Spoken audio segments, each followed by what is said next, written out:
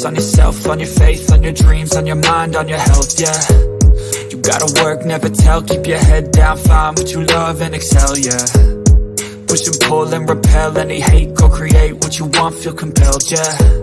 And once you finally get a taste of the race, you'll never look back once you felt that. Don't let somebody take your time and your worth, just focus on yourself first. Don't let somebody take your time and your worth, just focus on yourself first. Don't let somebody take your time and your worth, just focus on yourself first.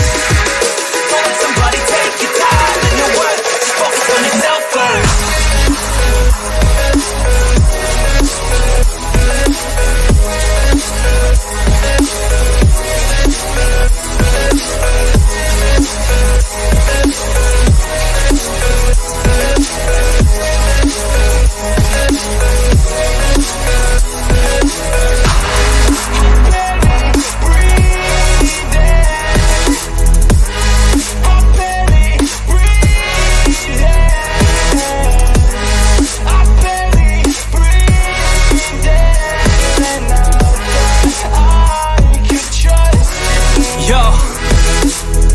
About others way before myself, yeah. I guess that's why I feel like I go through hell, damn.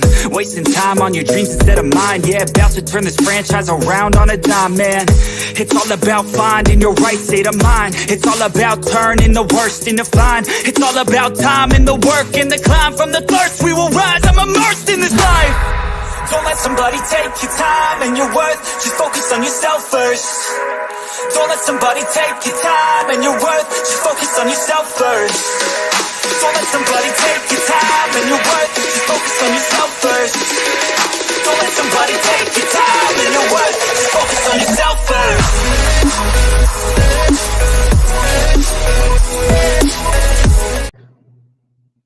Hello, hello, hello, everybody. How's everyone today? So, can you all hear me?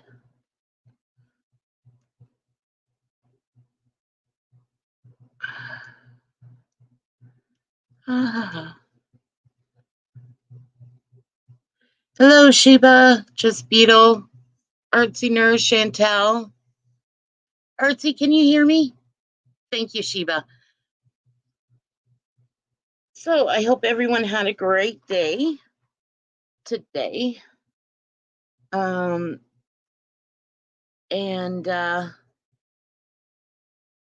was very happy that baseball was canceled today, but we have a game tomorrow and on Friday.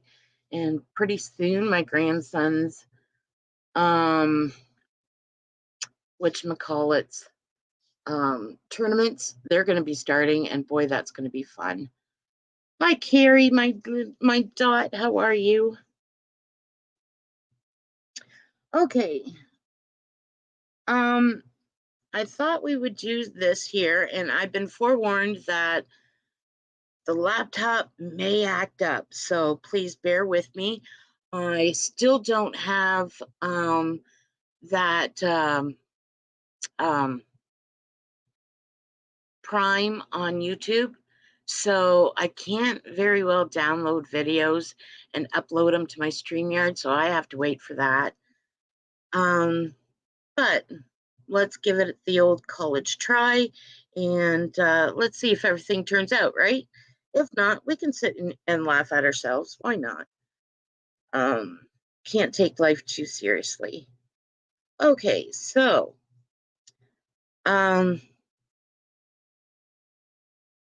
since the supernatural, everybody's getting into the supernatural, and that's becoming a real, and the paranormal is becoming a real hot topic these days. Okay. I thought we would look at what the black-eyed children, what they're classified as in the world, and kind of like in the biblical sense. So the Wikipedia, their definition of black-eyed children is normally located in the Americas. So that's like West Canada and the States. They're American contemporary legend, which includes paranormal creatures that resembles children between the ages of 6 and 16. They have pale white skin, black eyes, who are reportedly seen either hitchhiking or begging for help, and are encountered on doorsteps of residential homes, mainly late at night. So, now I did have notes and everything, like kind of cheat sheets, but my little munchkin decided to take his markers last night and mark all over my book. So we're going to be reading through the different colors, and that's going to be fun. But I have some videos that I did research on. So we're going to share screen. And let's see.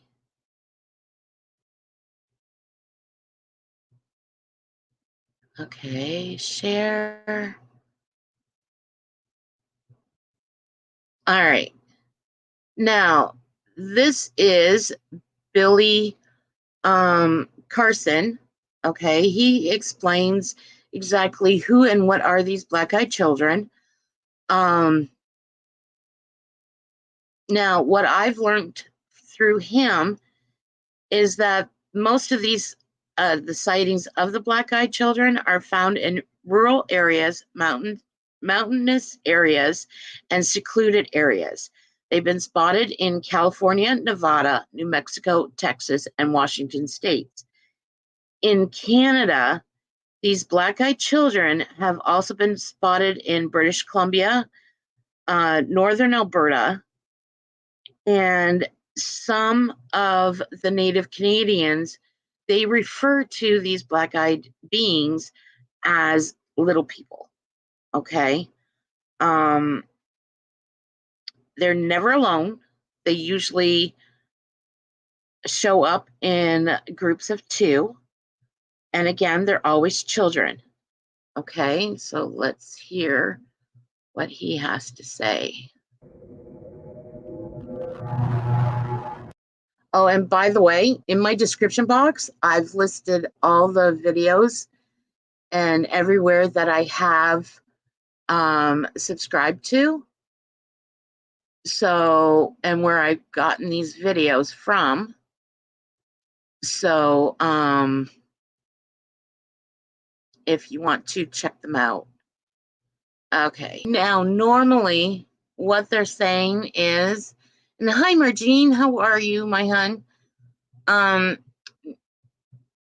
Normally what they say is that these black-eyed beings, they have to be invited in. Okay, so this is how you'll see how they revert to some other urban legends, some other horror films, and some other basically beliefs that are more familiar and came out of the European culture. Back,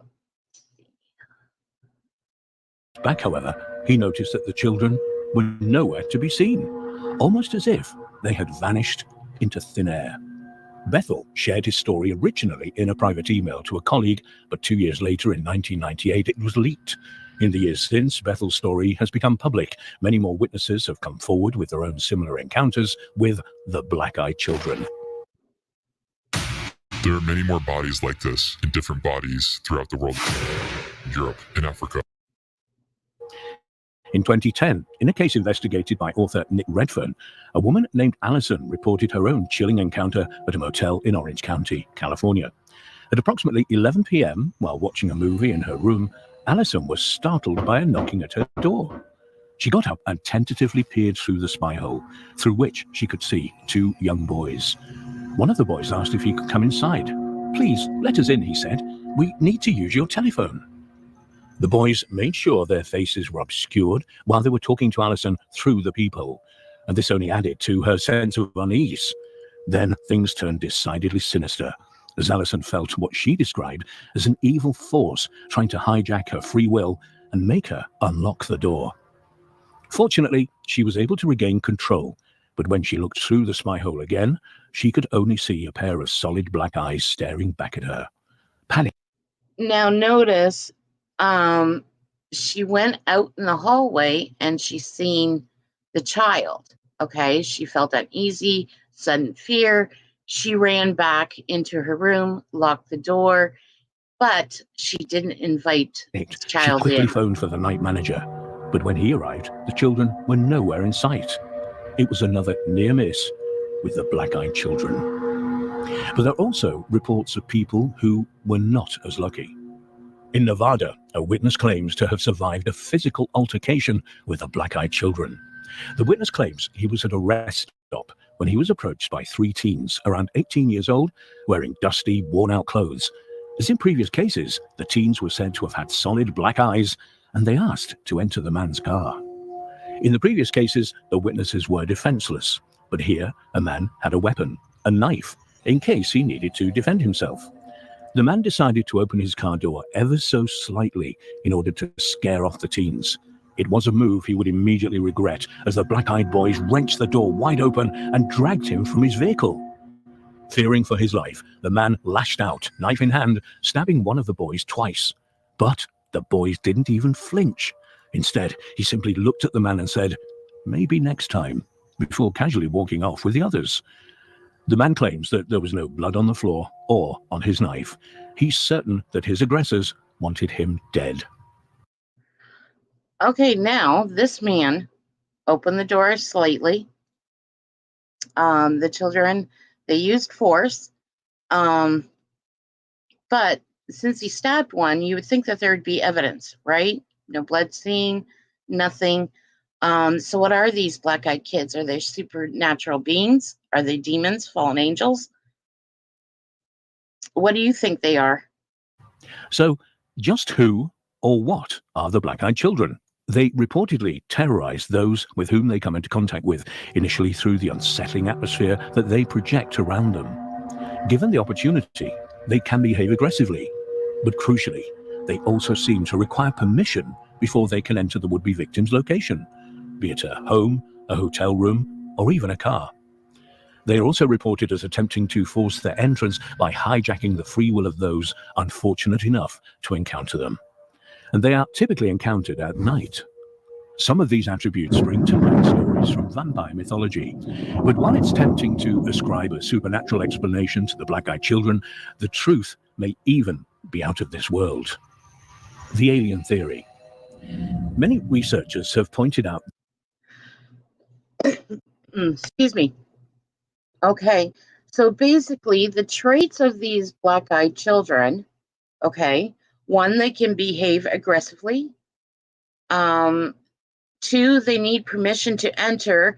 This may be related to like vampirism or any other super beings where you have to give them permission. Okay, now when they ask permission to enter, let's say your residence, okay, could they also be asking permission if you're not at home, in a car, or wherever? Are they asking permission to enter into your mind? So, hi, Maria. Hi, Georgie. The apparent connection between black-eyed children and the men in black of UFO lore. Both have been terrorizing people for decades, showing up unexpectedly at their doors, entering only when invited to do so. Both are clad in black or dark clothes, and while the children have black eyes, the men in black are also often reported as wearing black sunglasses. These parallels have led some to suggest that the men in black and the black-eyed children are one and the same, or at least are cut from the same cloth. Now, we have found many, many times that Hollywood does mimic with their movies urban legends and certain real things. if you noticed, about 4 years ago, especially with Tucker Carlson, for an example, he has been doing like a soft introduction, like a to verify, and same with NASA about UFOs. Even he's also had interviews with military personnel who are now speaking on UFO sightings and aliens, alien beings that they have seen, and abductions and everything. Mainly the last 5 years, it's become more rampant. Ghost theory. Now they're even saying that the CERN plays a role in this here too, because basically what they're doing is that they're saying that CERN is opening up different dimensions or different portals.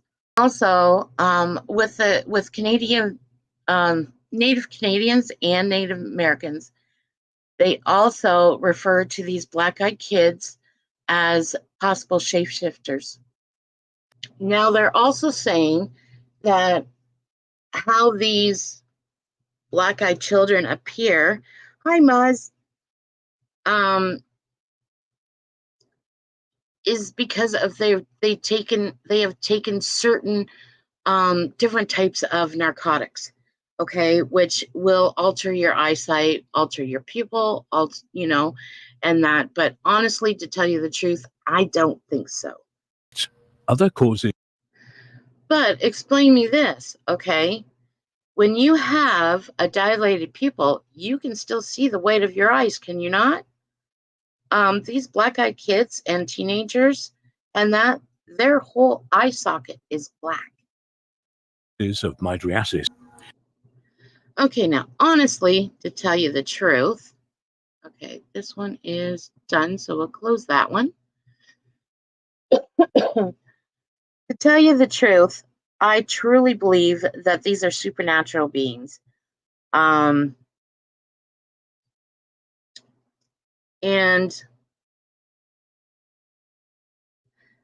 we all know that there's things out in this world that we really can't explain, okay? Some may believe in ghosts, some may believe in like spirits and whatnot. And yeah, it is kind of freaky, Muzz. But okay, everyone who knows me, I do like to watch, the scary horror shows and that, but I can't watch them at night. Artsy can verify this. I tell her, listen, with our time different change in that, if we want to watch a horror show or whatever, I have to tell her, you got to stay up with me a little bit longer before you hang up or we depart, because I'm not going to sleep. And throughout the whole movie, you'll hear me say, "What are you doing? Are you that stupid? I told you not to go downstairs. Why are you going outside?" It's funny.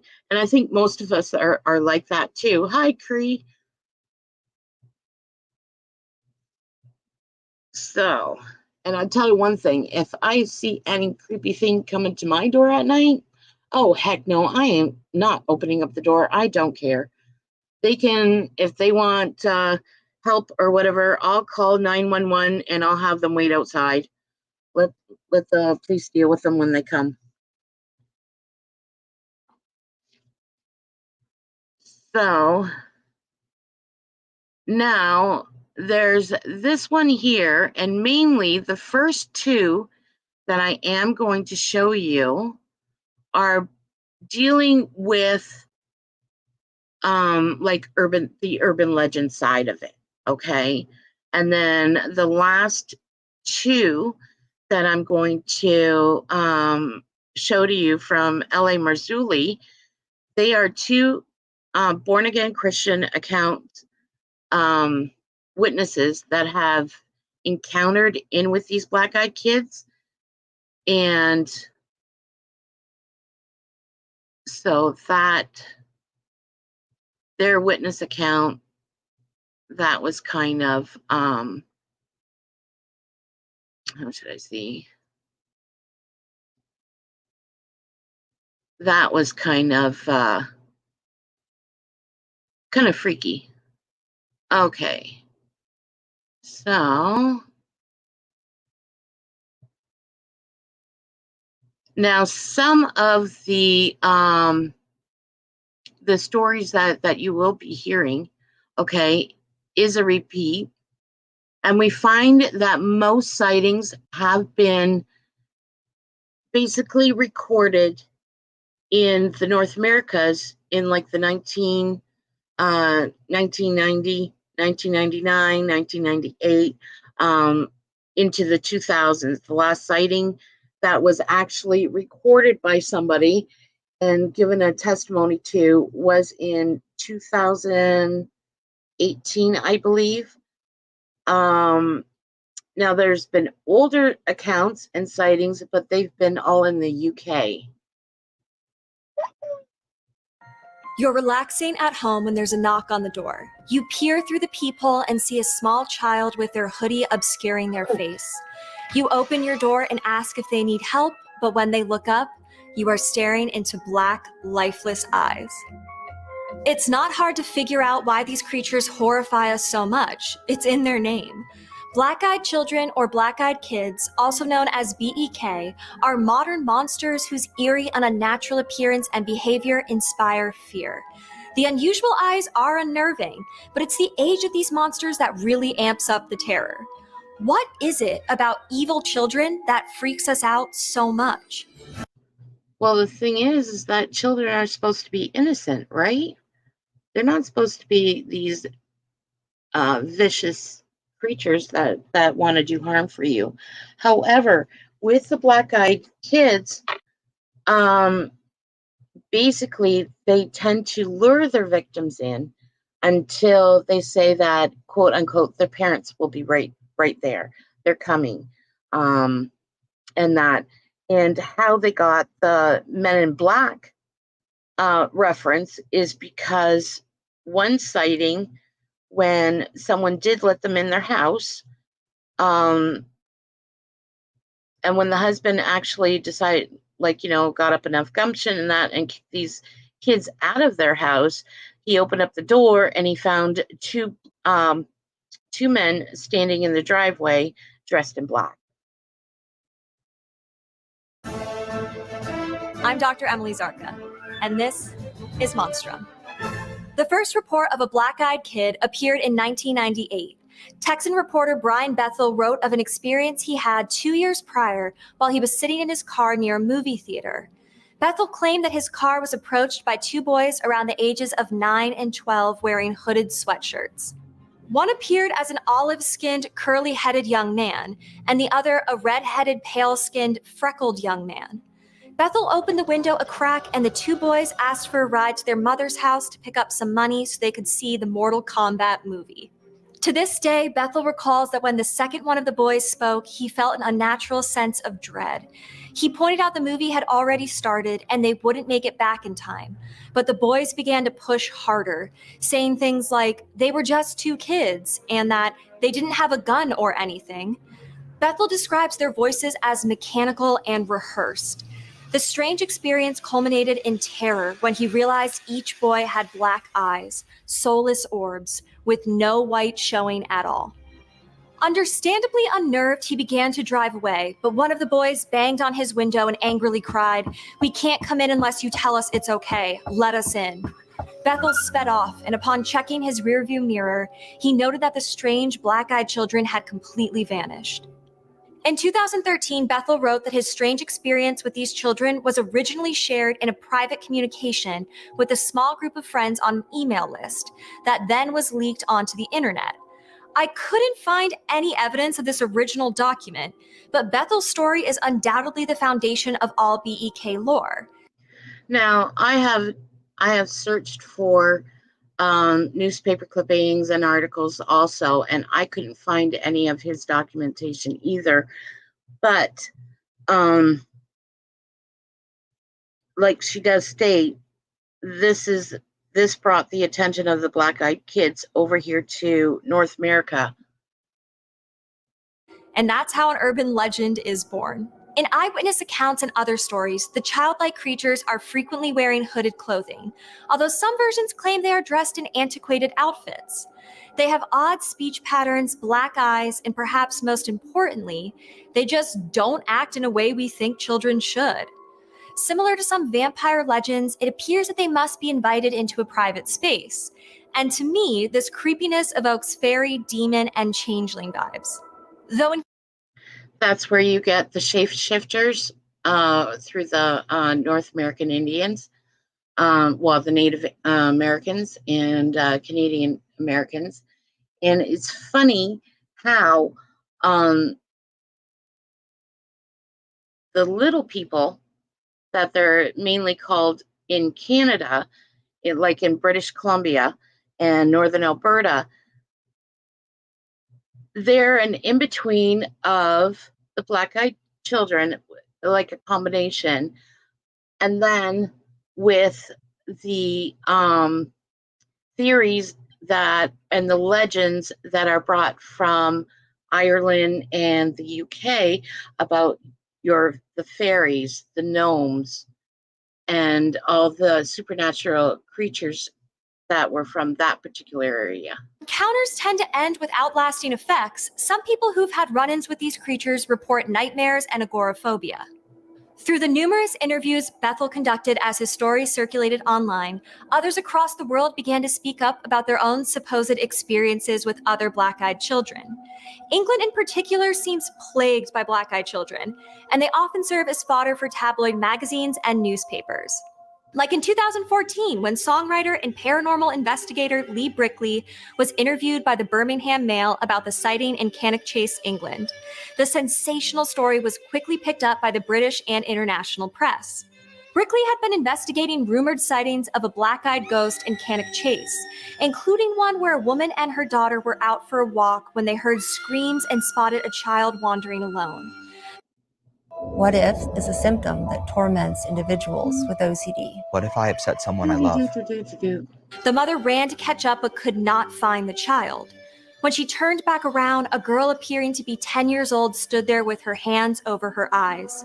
She asked, "Are you okay? Were you screaming?" The girl just dropped her hands and revealed eyes the woman said were completely black, no iris, no white. Startled, the woman grabbed her daughter and jumped back. When she looked up, expecting to see the child, she'd vanished. Interestingly, Brickley also claims the same girl, whom he calls a ghost, had been seen 30 years earlier in 1982 in that same area by his own aunt, something he wrote about in his 2013 book, UFOs, Werewolves, and the Pigman. Brickley claims that his aunt heard a child crying at night, and following the sobs, she came upon a girl about 6 years old who looked up at her with completely black eyes before racing off into the woods. Even a police search for the child turned up nothing. The sightings of this singular female BEK in Cannock Chase may be connected to a real-life tragedy that influenced Brickley's identification of the creature as a ghost. Cannock Chase made headlines in the 1960s as the site of one of the largest police investigations in British history, the search for the murderer of 3 local schoolgirls. Some say the black-eyed child of that area is the ghost of one of the girls, and it would make sense that a young female resident who grew up with those stories would believe that she had seen something even if it wasn't there. As the urban legend of the black-eyed children evolved out of references to eyewitness accounts of the monsters in the British and American press, their presence across media of all kinds exploded. Numerous YouTube videos claim to show evidence that such creatures exist. The BEK also gained notoriety and lore expansion through crowd-funded fan fiction texts and productions like Sunshine Girl and The Hunt for Black-Eyed Kids, The Black-Eyed Children, and Black-Eyed Children Let Me In. Now, the black-eyed children subject is, of course, widely spread on TikTok, and normally this is where all the paranormal people, they try to find them first instead of searching for ghosts. Comic series BEK expands the monster's threat with the invention of a violent origin story where regular children turn into black-eyed kids if they murder their family. BEK are such great modern folklore because they defy romanticized notions of childhood and the inherent goodness of children, ideas that have evolved over time. The perception of children as innocent and weak, requiring constant adult instruction both morally and physically, is a relatively modern invention. Prior to the Romantic period, children were largely socially insignificant. They were background characters, relegated to chores, familial duties, and little else. But with the progression of the industrial age in the late 18th century, as infant mortality declined and literature and philosophy regarding child education grew, alongside increased scrutiny around child labor, the cultural concept of the child changed. Childhood became a sacred cultural symbol, a time of perceived innocence and happiness when children were not valued for their usefulness or economic viability, but rather for their hopeful possibility and vulnerability. This view of childhood continued to progress and evolve well into the 20th century, when the seismic social shifts following World War II changed everything. And they say that a child will be able to see spirits more than what an adult would because of their innocence. Suddenly, youth culture and scrutiny of popular media's influence on children became hot topics, and 1950s pop culture was flooded with movies and... Hi, Jane Creek. Hi, Tina, and hi, Corn's mom. Glad you're all here. ...literature showing bad kids and juvenile delinquents. Around this time, the theme of children being born evil became a prevalent one, as we were introduced to ever younger characters with genetically inherited threatening characteristics, like a desire to kill and mind control. Then through the 1970s and all the way into the 90s, we see a spike in horror texts with children possessed by demons or some other kind of evil entity. They're even portrayed as the literal offspring of Satan or the devil himself. The rise of the child villain can be framed in countless ways, including an emerging fear of youth culture stemming from a movement away from traditional conservative ideas by younger generations. Others argue it's a manifestation of Freud's Oedipus complex, where it is the id, the instinctual, unconscious part of the mind of the child, that wants to murder the parent. Or Peter Pan syndrome, which locates the child's desire to kill in an attempt to reject their own future as an adult. And sure, as a generalized explanation for the increase in fictional accounts of terrifying children, these all make sense. But none of that really explains the other key feature besides age that makes the black-eyed children scary: those black eyes. The eyes are the window to the soul is a familiar saying. We communicate with our eyes, and they serve vital survival and social functions. So when they appear unnaturally obscured, we become uncomfortable, even scared. Scientific research does show that we tend to track the eye movements of others as an evolutionary social mechanism. Perhaps the inability to follow the gaze of the BEK is what adds to their eeriness and the danger they threaten. They could be looking anywhere or nowhere. And this is another thing why they're thinking that these black-eyed kids are basically hybrid aliens. Unfortunately, this concept was at one point taken to the extreme with a practice called physiognomy, which is predicated on the idea that one's facial features and eyes could be read as a natural language that would reveal insight about a person's character, or supposedly an indication of their ethnic origins.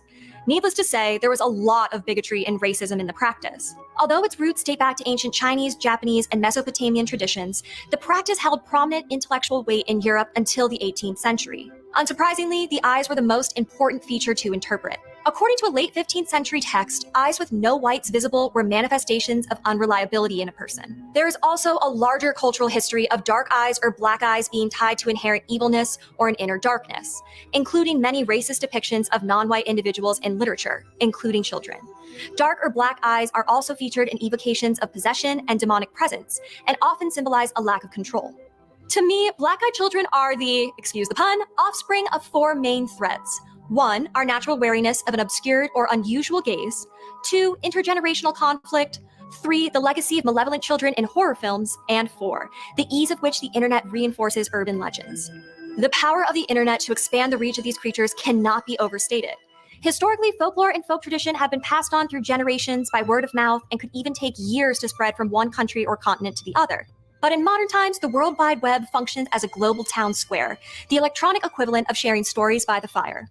I know that personally, thanks to a combination of The Children of the Corn and the French film Them, I am terrified of trick-or-treaters, which, yes, makes me somewhat of a Halloween Grinch, but it also helps me understand why stories of BEK continue to circulate. Obviously, we know that my fear of trick-or-treaters is largely irrational, and we know that there aren't soulless children out there trying to kill us, right? I mean, the black-eyed kids are always trying to breach the border from outside to inside, from a public space with witnesses to a private, more solitary one. Their faces are obscured, their eyes unreadable. This particular urban legend seems to tap into something deeper. We are genetically programmed to care for and protect the youngest of our species for survival. So when they are portrayed as sinister and dangerous, it is deeply unsettling. The world of BEK suggests that if you care for children, they will kill you. And if you ignore them, they will haunt you. Okay. So basically, okay, we'll stop sharing that one. Um, basically, we know 5 traits, okay? Um, when we come in contact with them, all right? Um, some eyewitness accounts said that they start getting headaches, uh, dizziness, nosebleeds, confusion, panic sets in, and they get this feeling of terror. So also there's this other theory that it's the first sign that you may become how should I say, um, a victim of an alien abduction. Um, basically, these black-eyed kids, they kind of set their victim, like stalk their victims or whatever, and then after that, these people who have seen or encountered these black-eyed children, um, they become victims of alien abductions. Now, instead of the theory of aliens, there's also theories that these could be, in the church eyes, as demons. Okay, that not only do you have to ask, they have to ask permission to come into your dwelling. Is basically they're asking permission once you lay eyes on them to come into your mind, your body, and eventually possess your soul.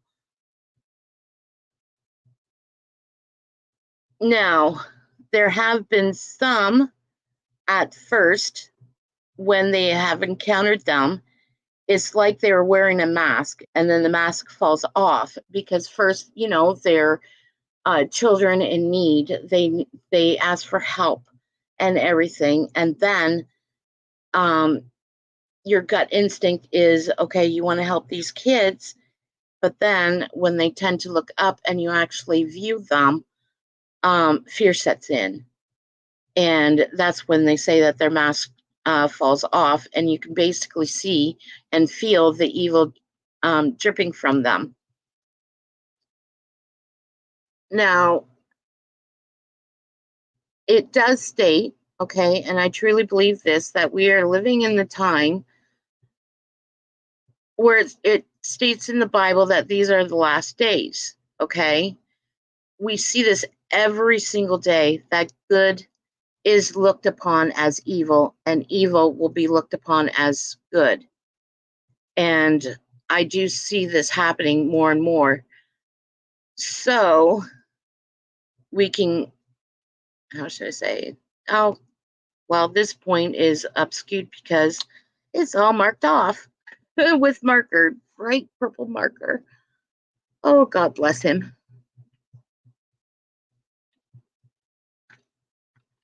Okay, so now the next couple of videos that I'm going to show you are eyewitness Christian accounts, and they are gathered from a man called L.A. Marzulli, and he is an author, an archaeologist, a filmmaker, director, and I met him years ago as a conference with Pastor Paul, the last video that I introduced him into. He was also one of the first. He was also one of the first people in the first season of the Alien Histories and Encounters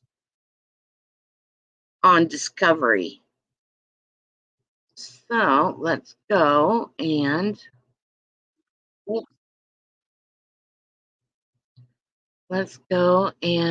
cue this one up. Oh.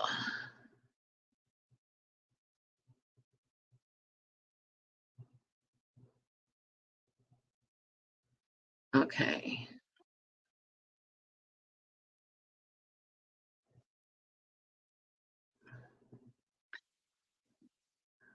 All right, 1 second. Oops.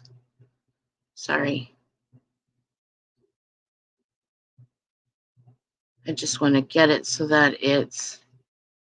Oh, it's not. Is it going to play for me?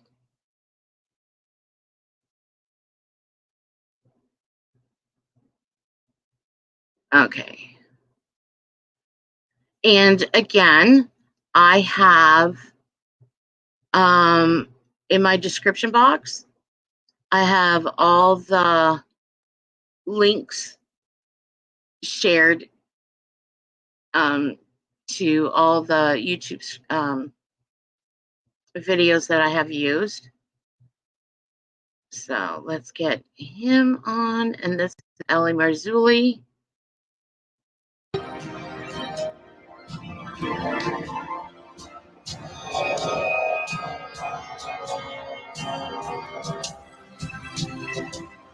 Okay, now, he usually has a sponsor at the beginning of his film, so I'm going to try and get it where he starts his movie. Okay. Here with Elizabeth, and gold, and boy, am I glad. Now, this is Elizabeth. So I'm here with Elizabeth, and got my handy iPhone out, and you're about to tell me a story about an encounter with the black-eyed kids. What happened, Elizabeth? So I wasn't aware of them at all. I had no knowledge base. I never heard even online mythos or anything. And so my second-born child was 3 months old. We went to the Walmart in Loveland, Colorado at the Denver Avenue. And we had to pick up just a few things. My husband needed something from just small items from auto, whatever. We go to the self-checkout, and I felt the Holy Spirit call into me and say, look about the room. Wow. So he was at the register with the baby and the little carrier. And I turned and I listened to him and I scanned the room behind the registers. And I saw out of my peripheral these two individuals standing at another register a ways away. And as soon as I scanned, I saw their eyes, and both of their heads locked onto me simultaneously. And they both peered at me, but I didn't stare. I didn't look at them at all. I just scanned back because it was so distressing to me to see what I saw. They were very, very pale-skinned. They looked like preteen. One was male, one was female. Completely black eyes, nothing there. How tall were they? They were relatively good sized. It's hard to say. Now, this is during the day. Okay, and you can tell, all right, by the way she is speaking, she's kind of, I get the feeling that she's kind of even anxious even talking about it. I think the female was shorter than I am. I'm 5'4", and the male was slightly larger than him. But the hairs, everything was perfect. Not even a wig has that perfect hair, straight black hair. I mean, the cut was perfect around the eyes. Everything, there's no imperfections. Not like, we have our flyaways, all of, we look disheveled. Nothing, completely. So when they turned to you simultaneously. Simultaneously. They both looked like yes, both heads so cocked. They knew. They knew. They saw me seeing them, and I didn't peer. I scanned back to my husband, and my heart just was racing, and what just happened to me? So I was speechless. I couldn't speak to my husband. Now, if it was me, I would leave my husband at the store, and I would get myself out of there. Sorry, not sorry. He was busy, and so we checked out, and we were going to go to the photo gallery. You know how they used to have where you could do photography in the front of the Walmarts. Right. So we go. He sits down with the baby. We're going to do 3-month-old with wherever my son is, and we sat down. I sat next to my husband, and I couldn't even articulate what I just saw. It was like a mortifying feeling, and they were far away from me. So I sit down, and then I look up, and they both simultaneously walk by. And as they were walking, both, again, their heads turned directly on me simultaneously. Their steps were in sequence, just boom, boom. And they peered at me deeper than anything has ever looked at me. I've never felt that in my life. And they just passed by, and they just stared at me. Did your husband see them? No, he was completely oblivious. He was with the baby. He was just, he was here, and it was like, I knew they were going to cross that wall. It was, And yes, Jane, I've seen that, and I've heard stories about the giant of Kandahar, and that, and basically they're thinking that that's one of the Nephilims that have woken up. And you're just like, I was dumbfounded what I just witnessed. I had no idea what I saw. And so months go by and I'm listening to you on a podcast because I was really into your work at that time. And you start talking about the black-eyed children. And it was my birthday. I remember it was 2012 at that time. And it must have been my birthday that March. And I'm screaming hearing you talking about this because it was exactly what I saw. And that was the full circle. And I was just like, this is insane. So that's what I witnessed. I don't know what it means. I don't know why God wanted me to see them, but they saw me. That was the thing I got out of it. Would you describe them as, good or evil? Oh, definitely evil. I could feel it from afar. Did you get any mental communication with them at all?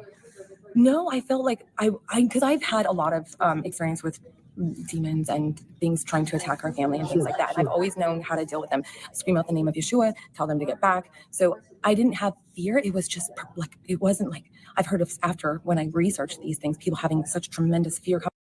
Now, Yeshua is the Hebrew name for Jesus. And basically, there is power in that name. And the Bible teaches us not to be in fear. Come over them. I've always known my authority in God, and I didn't feel like that. I feel like that was like if they wanted to fight, I was ready to let's go. So I just knew what I was looking at was perverse. It was strange. It wasn't just some crazy goth kids that wanted contacts. No. The movement is what really triggered it for me. Because they were in sync. Yes, you can't even do that in a music video. You have to take after take after take just to get that. The steps were in synchronous. Everything. The hair was perfect. The outfits were all dark clothing, and I'm like, this is not right. Did anybody else pick up on it? Nobody else. No, that was even weirder to me too. And this was in a Walmart. In a Walmart. It's always on a weekend. Laugh, but it's always in a Walmart. Yes, that's where they try to integrate into our. Yes, it was. It felt like that. Like other people were oblivious. Yeah. And then I thought to myself, I wondered, did Yahweh give me eyes to see? Was it revealed to me what they were? I don't know, because I didn't see other people gawking and going, oh, what is this? What is this? It was just me, because he literally called to me, look, and his words were in me, look around the room, that. And that was the kicker. And that's what I did. I listened to him and I saw them immediately. Elizabeth, thanks so much for coming on the record. Really appreciate it. Thank you. Of course. Okay. So that is one account of an eyewitness, and I just closed out my window, so I have to find that again.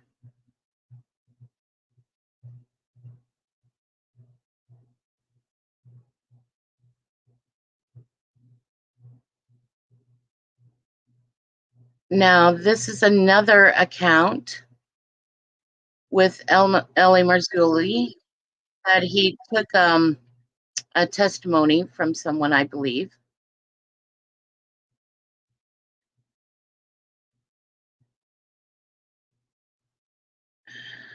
Let me see, where can I get it so that he starts his video? Okay. All right, and I will. The next topic that I would like to do is the giants or the Nephilim. LA has produced wonderful videos himself. He was at a couple of archaeology digs, and where he has found actual giant skulls, and that one was in Peru. And the other one was he went to the Snake Mound in Ohio. And that one there I found very interesting.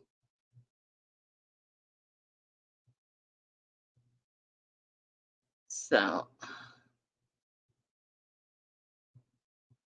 okay, let's make it bigger.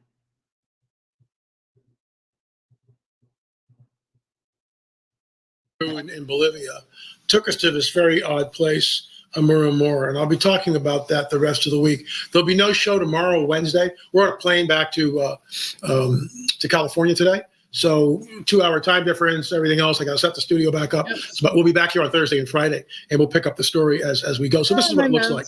This door Very strange place. You can look at the bottom right there, and you can see offerings of flowers. There was also like a makeshift altar in front of that. The shamans know exactly what this place is. Now, when we were there, and I'll see if I can find that clip and run it tomorrow. I think it went into, it's in one of the Alma Trail of the Nephilim series films. I'm not sure which one. It may be Lost Civilizations. It may be, it's just hard to say, but there's a little clip, and I'll try to dig that clip up, no pun intended, and show it to you, not tomorrow, but Thursday, because we're there with one of the docents, and Irene is translating. And I'm asking the docent, well, what's going on here with the shamans?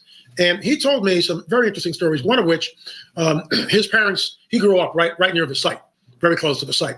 And he talks about his parents seeing this doorway, this gateway open up and light beings emerging from it and then flying. And this is where you get the portals and the shapeshifters Across the sky. Are these ancient doorways, portals, gateways to other connected places on the earth? The shamans know about it, and they use these gateways to travel.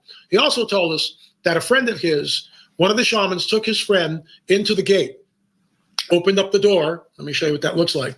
Opened up the doorway, and in they went.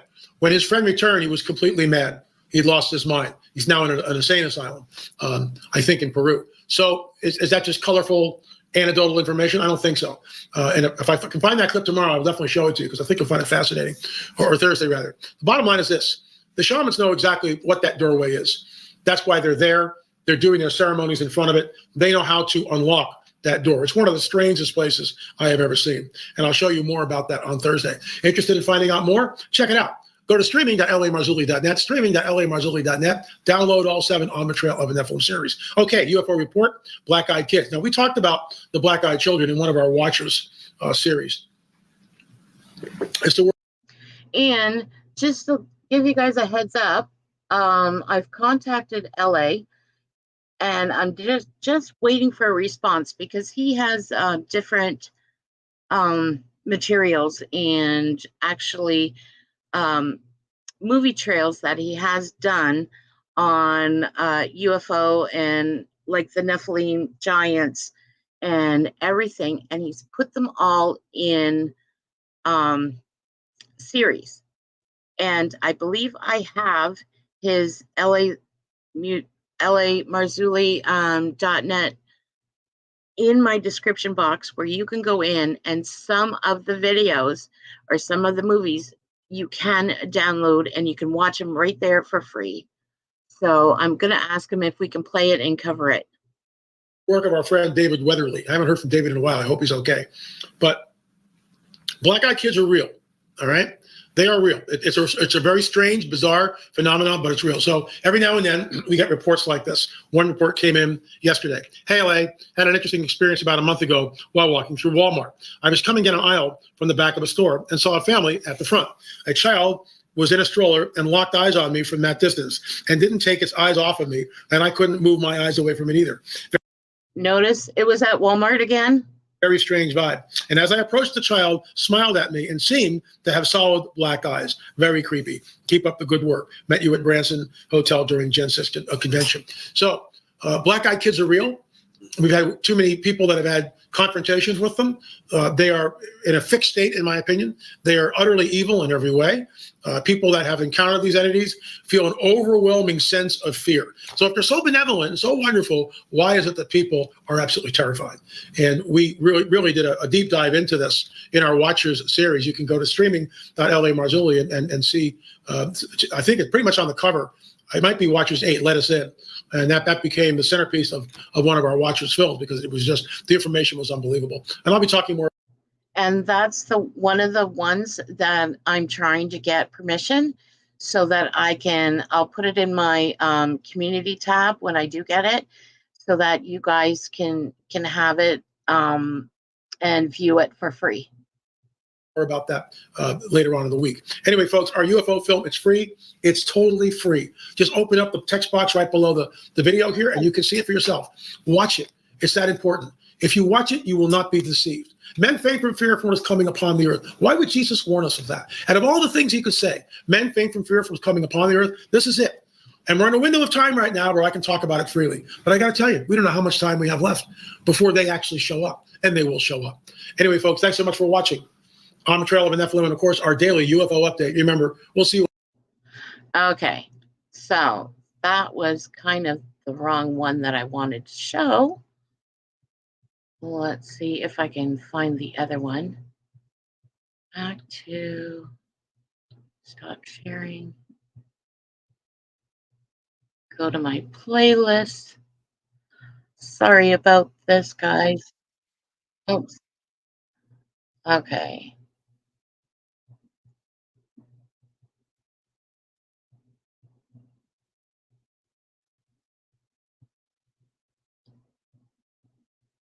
This here is this is the last eyewitness account that I have.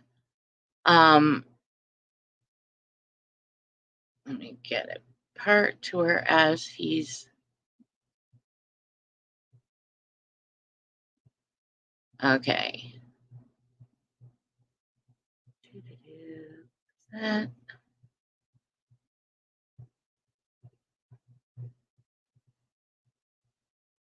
Okay. And we'll make this bigger. And we'll just speed him up just a little bit. There we go. All right. We did several months ago, and I got to tell you, I'm really glad we did. Once again, noblegoldinvestments.com. So I'm here with Forrest, and first of all, Forrest, thanks so much for coming on the record. I haven't heard your testimony, and I've been deliberately doing this because I want to hear it the way the audience is hearing it for the first time. But thank you for coming on the record. Something happened to you. Tell us what happened, please. It was 2017, and I was living in Minneapolis, Minnesota, and I had currently been. Notice all these sightings are happening on the West Coast. There's only been a couple in Texas, one in New Orleans, but it's mainly this type of phenomena is happening on the West Coast. Hi, Claudia. How are you? And I lost a lot of weight because I had restructured the way I ate. I was eating healthy, so I was always going to the co-ops, and there's a lot of co-ops in Minneapolis, thankfully, clean water, organic vegetables, and I was going on in there to get water and vegetables, kale. At the time, I was on a strict kale diet, and their delicious cookies they made. But I had also needed frankincense and myrrh, and we know where frankincense and myrrh is a reference to. Those of us who are students and familiar with the Bible, and with Jesus's birth. And I walked to the essential oil section, and there was a beautiful woman, but she had an interesting tattoo on her that I. And regarding Jesus' birth, what he's saying is frankincense and myrrh were two gifts that two of the three wise men presented Mary and Joseph. Had never seen before. And on her left arm, she had a tattoo of a fall leaf. It was like an orangish yellow, and it had like the markings of wind around it, like the leaf was turning. And that just stuck out to me because, you know, I'm an artist, and I noticed little artistic detaily things, you know, and I saw that on her, and I was like, huh, interesting. And I asked her, I said, hey, do you have any more frankincense and myrrh spray left, or, you know, on hand? And she looked at me. She looked at me with like an odd look. She shot me like an odd look, and she goes, I don't know. But if we do, it would be over there. And she just like sternly looked that way. And I said, okay, you know, and you know, in the back of my head, I thought, okay, maybe she's having a bad day, or it's the end of her shift, or she's something. Forrest, don't take it personal.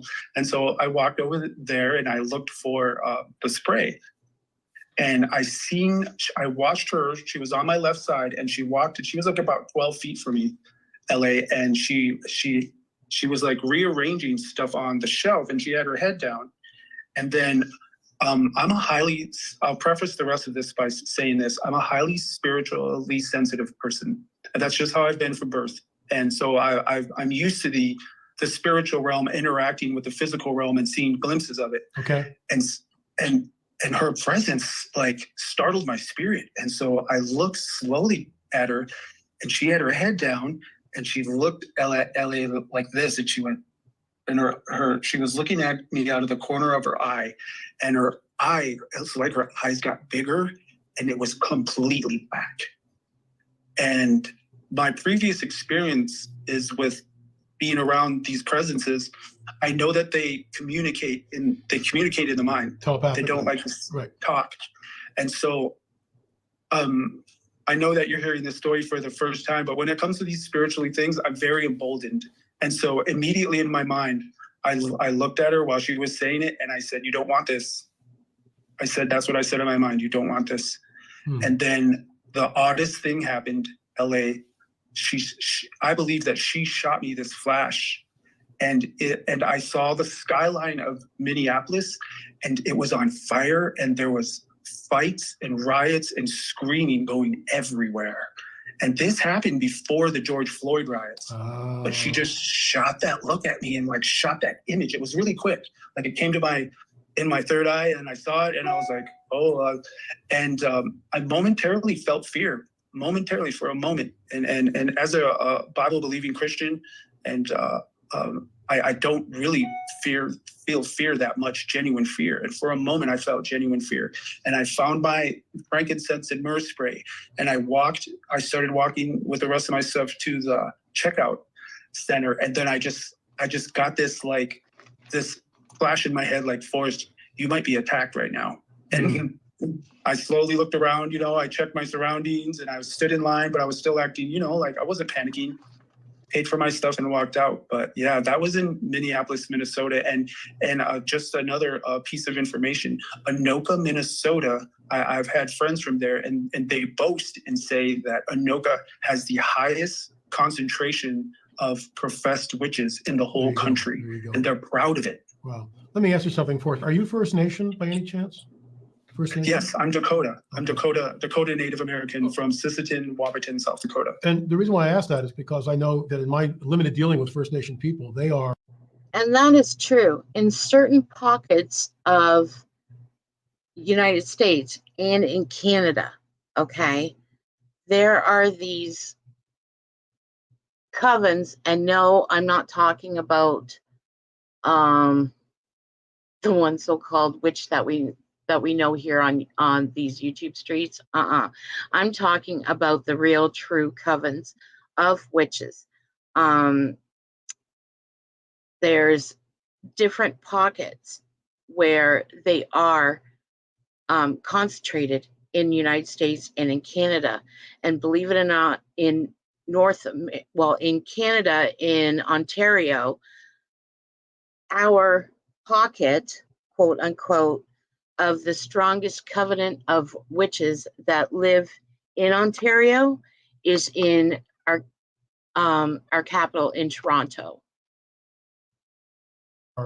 You guys deal with the spirit level or the world of a spirit differently than we do. I mean, there's just no doubt about that.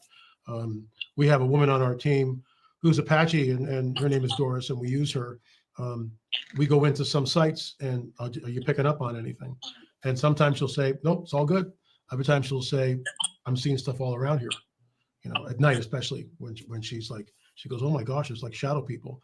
So that's why I asked you, because this is, when you said that you were from birth, I've heard this before.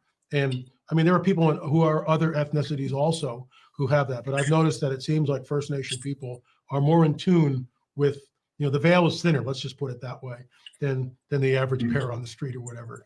But let me ask you a couple of questions. When she sort of gave you a prophecy in some ways of the city lighting up. She had no way of knowing that the riots would happen with George Floyd. How big was the eye compared to, let's say, your eye? Oh my God, Carrie! I was actually going to say that, but I thought, no, better not. Or a normal eye, was it twice as big, 3 times as big? Her eye looked about her total eye, like if I use this as a reference, okay, and I'm opening my eyes this wide, right. It was about at least a third, I'd say, bigger, or maybe even 40% bigger. Okay, so not twice as big. Okay, but it's much larger, and it's totally black. Any other facial changes that you noticed? As I'm thinking about it, I was just focused on the eye. If there was a change in her face, I didn't notice it because I just saw those eyes and I was like, okay, those are normal eyes, Right. and I was like, okay, here we are again. And Forrest, I want to let you know that we've heard this story repeated by other people all across the country. Black-eyed kids, the guys going black. We've heard this. You're not alone, and that's why we have this platform to allow people like yourself and others to come in without judgment or fear or anything else, and just talk about, what happened. That's why it's Supernatural Confrontations. You said something though, which I found sort of interesting. You talked about your third eye. What do you mean? Because I know what the third eye is as far as Eastern mysticism, and I had my third eye open when I was in my 20s. I've renounced all of that, and just asked for forgiveness, and all that's closed. So when you said that, what do you mean by that? I mean my spiritual vision. Okay, all right. I'm using that term because it's, if I usually say it another way in conversations, it's not understood. Okay. But if I say third eye, and then they, like you're asking to expound on what I mean, I say it's my spiritual eye. Right. And you know what? The Lord has given me sometimes a gift like that where I'll go, that something is going on there. I'll see, not like you, but I mean, I'll get certain things, a heads up here, look at that, watch that over there, type of thing. Forrest, thanks so much for coming on the record. I'll give you the last word. Thank you. If you are a Bible believing Christian, find what motivates you in the Word and pursue it with all your being. And I'll say what mine is this just to win souls to the kingdom. Amen. Store up your treasures in heaven. That's what Jesus said. And concentrate on concentrate on his words, and live a life that welcomes the Holy Spirit into his presence into your life every day. Well said. Thank you, Forrest, for coming on the record. Folks, just so you know, I will be in Jupiter, Florida on the 19th, talking about the coming Great Deception, UFOs, the Nephilim. We've got our number 5 in the series. Okay. That is the next. That is the last, basically, the last eyewitness testimony. Okay. And what I consider, when they're talking about like the Holy Spirit talking to you and that, I consider how it's basically like a gut feeling. You know what I mean? Where you can walk into some place and you can feel you don't belong here, to leave. And it gives you your kind of like a fight or flight response or whatever. 9 times out of 10, your gut is right. Okay. Or they're talking about your conscience. Basically, we all have that, how they say that little voice that speaks inside of us, and that kind of steers us to walk that straight and narrow path, and everything. And what I find more and more, we have to start and we have to listen to that gut feeling. We have to listen to that little voice that's there, because some of us, and I've done it in the past, whereas I've kind of ignored that. You know what I mean? With people, if you want to relate it to these YouTube streets, with different channels, with different things, like we've learned that basically your eye is the window of your soul, and what you're perceiving, what you're looking at, what you're taking in, and that can greatly affect you, and it can actually, how should I say, corrupt your spirit. And so, like, yeah, it's kind of like, for me, exactly, Carrie and Artsy, you can feel those energies around you. You can feel that instinct. You can feel that. Whereas I know of one person, and I will not say her name on here. She will always say, well, my gut is always 100% right, or 1,000,000 times right. No, sorry, but you're not going on your gut. You're going on your perceptions. You're going on what you want to believe. and I'm talking pertaining to this one person. But 9 times out of 10, okay, when you get that feeling when you walk into a room or when you walk down the street or whatever, you get that sense to whereas it's kind of like almost like stranger danger, and you want to, instead of stand there and fight, you want to sit there and you want to run away.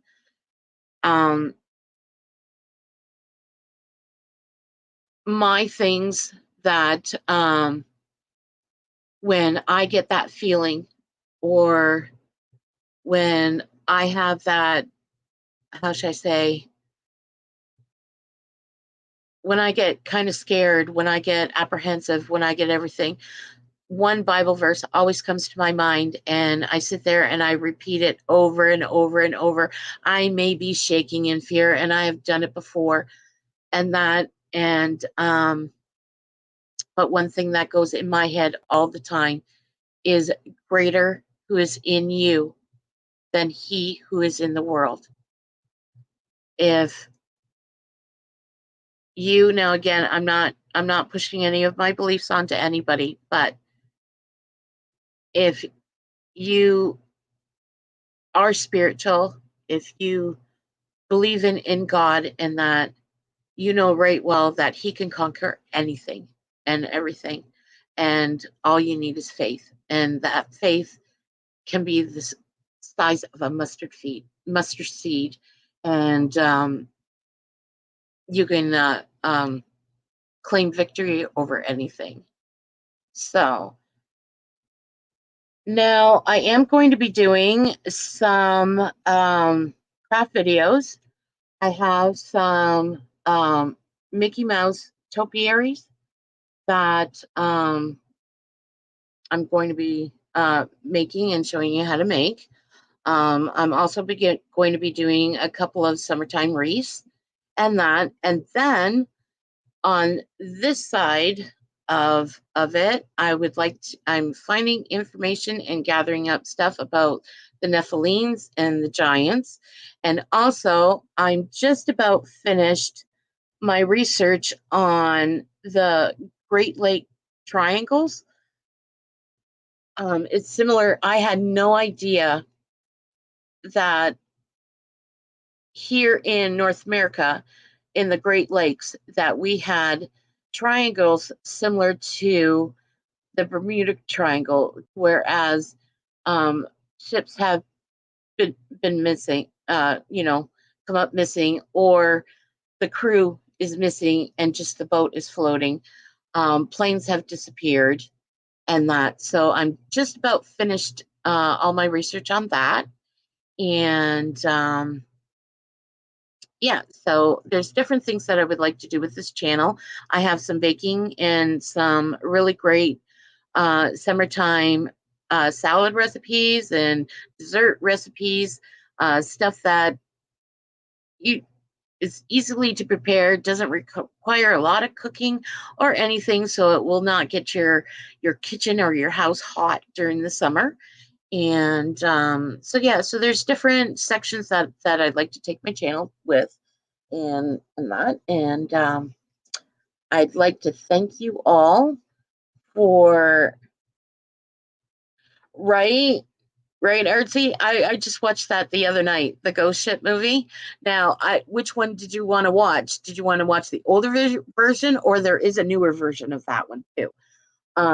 Same with, I watched the knockoffs of the up-to-date. They were made. One was made in 2018.